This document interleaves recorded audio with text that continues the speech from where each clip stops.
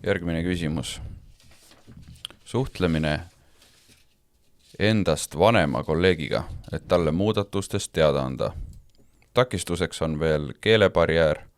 Lisaks on minu soov kõigile meeldida, kuid ma saan aru, et juht ei saa vastu võtta ainult häid otsuseid või siis selliseid, mis kõigile meeldivad ja sobivad. Jaa, absoluutselt. Nüüd jällegi, minu arvates see läheb kokku väga paljude erinevate teemadega, millest me oleme rääkinud. Vabatahtlike juhtimine, Gen Z juhtimine, vanade inimeste juhtimine, noorte inimeste juhtimine, ükskõik. Mida sa pead arvesse võtma on see, et iga inimene, keda sa juhid, on inimene. Indiviidina on ta täitsa erinev, aga samal ajal on ta täielikult inimene, kes tahab tõenäoliselt elus võita. Ehk siis kõikidel inimestel on väga palju sarnaseid omadusi. Ja siin jällegi tulebki aru saada, et tuleb ehitada see õige suhe, millest me oleme varem rääkinud, millest see suhe koosneb, on ju austus, kuulamine, usaldus, mõjutamine, hoolimine ja see ei hakka mitte kusagilt muult pihta kui minust. Mida siis see vanem kolleeg tõenäoliselt tahab? Ta tahab kindlasti, et teda austatakse. Nüüd vanemal kolleegil on tõenäoliselt väga palju kogemusi, mida noorel inimesel ei saa olla mitte ühtegi moodi. Mis tähendab seda, et me tahame masseerida teda, tahame talle anda tunnustust ja tegelikult tahamegi tema käest saada seda informatsiooni, mida meie ei tea. See, mis tal on aegade pikul nagu kogunenud. Ja nüüd lihtsalt tulebki õppida manööverdama, et kuidas ma seda usaldust näitan sellele vanemale inimesele, vanemale põlvkonnale. Ja kindlasti see ei hakkagi pihta sellest, et kui te olete vanemad ja te ei tea, sest te ei käi ajaga kaasas ja te ei loe enda asju, teie ajal hoopis teistmoodi ja meie ajal tehakse asju palju paremini ja palju targemini, sest et tehnoloogia on arenenud mis iganes. Et see ei olegi see koht, kus seda teha. Samamoodi on keelebarjääriga. Et takistus on keelebarjäär. Nüüd ma ütleks, et siin ilmselt mõeldakse, et ma ei tea, ta räägib inglise keelt või vene keelt või mis iganes keelt on see keelebarjäär. Aga ma ütleksin seda, et keelebarjäär on ka eestlastel oma vahel. Sest et kuidas me defineerime sõnu? Sina täiesti defineerid ma ei tea, sõnade ühtemoodi, mina teistmoodi, eks tegelikult meil on oma vahel kõikide inimestega tegelikult keelebarjäär. Ja nüüd mida peaksin mõtlema, kui meil on eestlastega oma vahel isegi keelebarjäär, siis mida me saame teha selle jaoks? Keelebarjääri vastu aitab ikkagi vana hea tagasilugemine. 100%. Ehk siis me peame võtma neid olukordasid selliselt, et vahet ei ole, kellega ma räägin. Ma peaksin võtma selle olukorda, nagu mul oleks kõikidega keelebarjäär, sest et tegelikult mul ongi.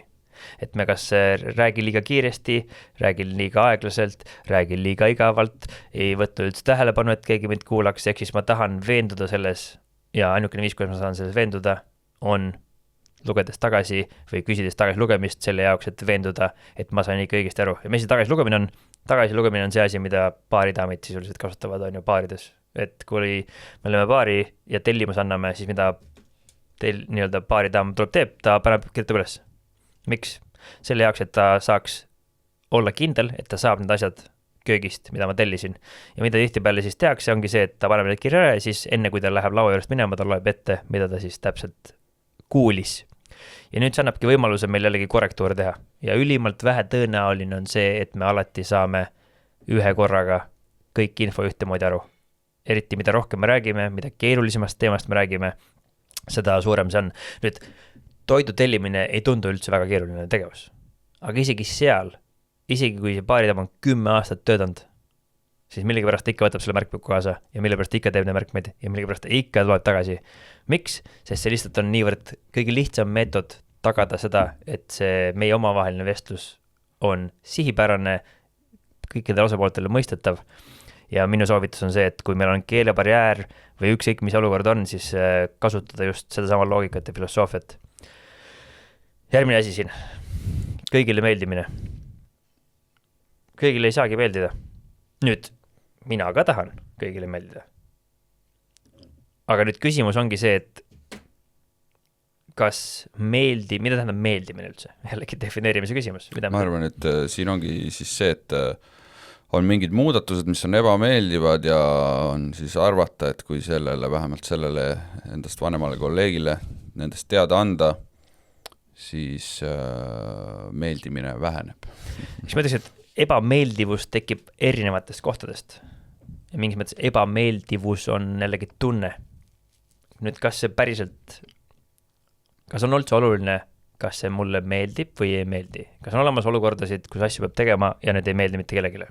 kas on olemas otsuseid, mis näivad ebameeldivana tegelikult, kui ma teen, on meeldivad. Ehk siis näiteks, kui ma peaksin mõtlema, et ma pean minema ja ma ei tea, kellegi lahti laskma, kas sellest saab olla midagi meeldivat? Ei saa. See nagu eos väga ebameeldiv. Nüüd ma lähen selle inimese juurde ja rääkima sellest, et tegelikult ma tahtsin ammu ära minna juba. Et tegelikult ma olengi lindnud oma luua koha ja tegelikult see sobib mulle väga hästi minu plaanidega, sest tegelikult ma olen ammu näinud, et ma tegelikult ei panusta siia nii hästi, kui ma oskaksin ja tahaksin. Tegelikult ma olen lindnud jälle palju parema koha ja nüüd tulebki, et see algus oli, see kõik oli ebameeldiv, aga tegelikult oli päris palju meeldivaid asju selle kõigi juures ja me leidsime selle meeldiva lahenduse. Ehk siis seesama ebameeldivus on mingis mõttes meie hirm. See on mingisugune jällegi silt, mida me potentsiaalselt ise endale paneme. Ja nüüd, kui me teeme otsuseid, siis otsus ei ole vahet mingis mõttes. Nüüd ma ütleks, et mida ma mõtlen, et ei ole vahet, on see, et kõige suurem minu arvates selline ebameeldivus tekib siis, kui keegi lihtsalt ei selgita mulle, miks siuke otsus tehti.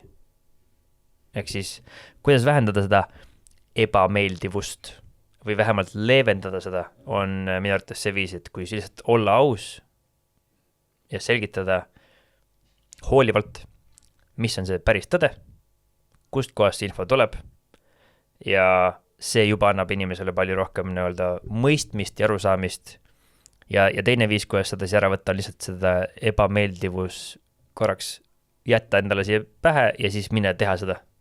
Ja siis sa väga tihti saad aru, et tegelikult siin ei olnud mitte midagi ebameeldivat.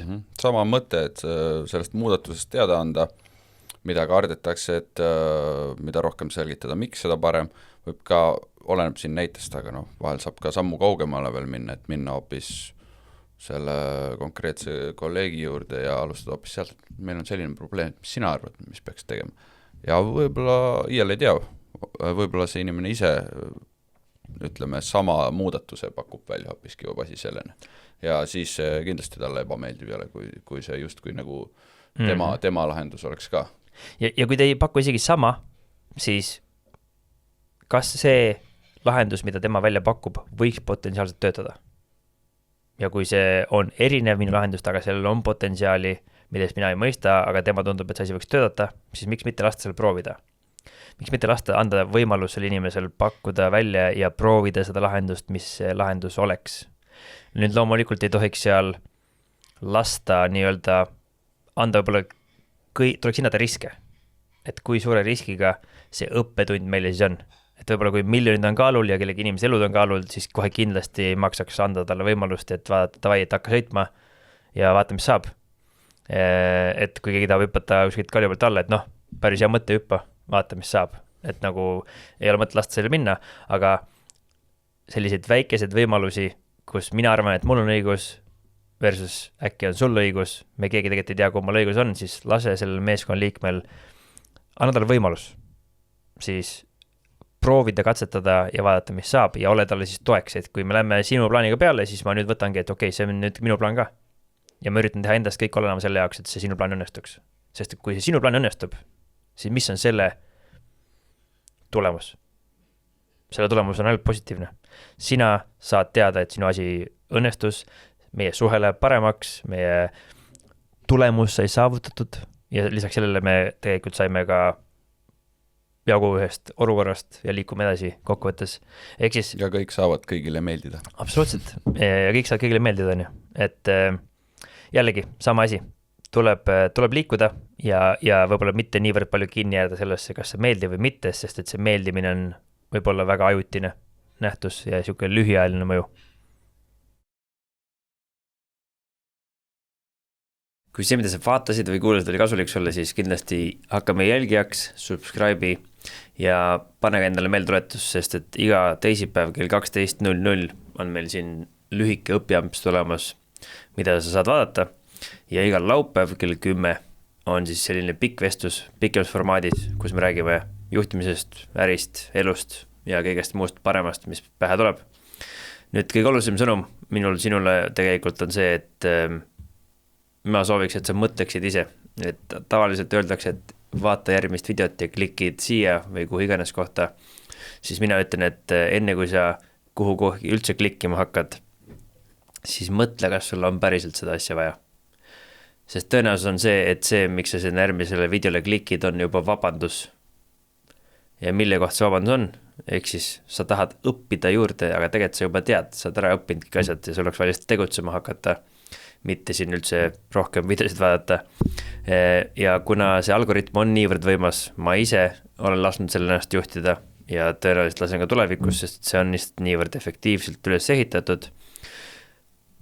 Aga mina ei taha lasta algoritmil oma elu juhtida ja ma loodan, et sina ka ei taha. Ja emotsioonid on lühiajaline mõtleja, et emotsiooni peale klikkida seda järgmist videot ei ole väga kasulik pikaajaline otsus. Ehk järg laske oma taktikalisel mõtlemisel üle võtta, sellel emotsionaalsel mõtlemisel, vaid laske oma tugevusel tõusta välja, ehk siis mõttevõimel ja tehke strateegilisi otsuseid.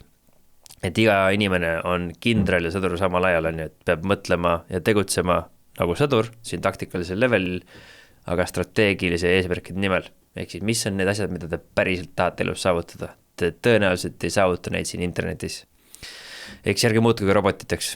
See oleks kõige hullem asi. Ärge laske seda vabadust endalt ära võtta. Seda on lihtne ära võtta. Sest et me võitleme väga efektiivsete vastaste vastu nii-öelda. Või vähemalt mina võitlen oma peas. Ja kui te aga ikkagi otsustate, et teil on vaja hädasti ikkagi õppida ja te tahate siin internetis aega veeta, siis mõningad viisid on selle jaoks veel olemas, ehk siis meil on olemas ka süsteemne võimalus õppida juhtimist või üldse seda, mida me räägime, kuidas vastutust võtta, kuidas tagasisidet anda, kuidas suhelda, kuidas suhteid ehitada. Kõik seda muud on võimalik õppida süsteemselt siis meie akadeemiast. Ja kui teil on küsimusi, siis kindlasti kirjutage. Kõik lingid, mida me kõike veel teeme, me teeme noortele asju, me teeme täiskasvanute asju, me teeme internetis asju, me teeme päris elus asju. Kõik need lingid on video all ja sealt leiate informatsiooni, keda huvitab. Ja minu viimane lõpusõnum on see, et internet ei ole elu. YouTube ei ole elu, Spotify ei ole elu, mitte kusagil mujal ei ole elu kui päris elus. Nii et minu soovitus on teile, et õppige siit, leidke võimalik kiiresti need vastused ja siis minge rakendama neid, sest et ainukene viis tagasi, et saada on päris elust. Ja siis, kui te tegutsete. Senikaua, kui te olete siin, siis te lihtsalt tarbite. Ja kui te tarbite, siis see on okei, kui see on teadlik otsus. Kui see ei ole teadlik otsus, siis nüüd tehke teadlik otsus ja liikuge välja päris lahinguväljale. Vaat, see ongi minu sõnum. Edu teile!